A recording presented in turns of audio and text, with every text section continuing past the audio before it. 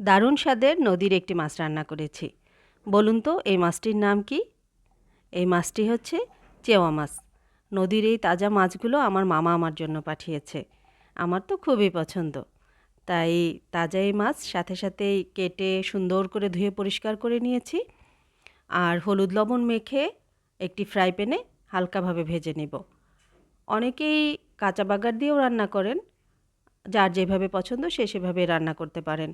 আর এই মাছটি রান্নায় আমি একটু টিপস ফলো করি। সবসময় চেষ্টা করি ননস্টিক একটা ফ্রাই প্যানে ভাজার জন্য।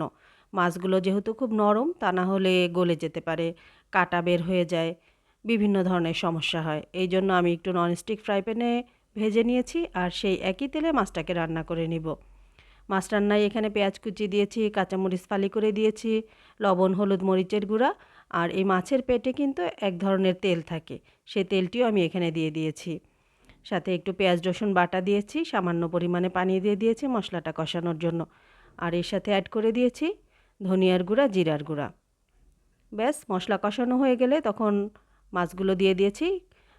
খুব আলতোভাবে নাড়াচাড়া করতে হবে যেহেতু নরম মাছ, তা না হলে ভেঙে যাবে। এই যে মাছ রান্না হয়ে গেছে, সামান্য একটু ধনিয়া পাতা দিয়ে দিয়েছি। গরম ভাতের সাথে খেতে যে কি মজা এই মাছ! শিকদার সাহেবের তো খুবই পছন্দ।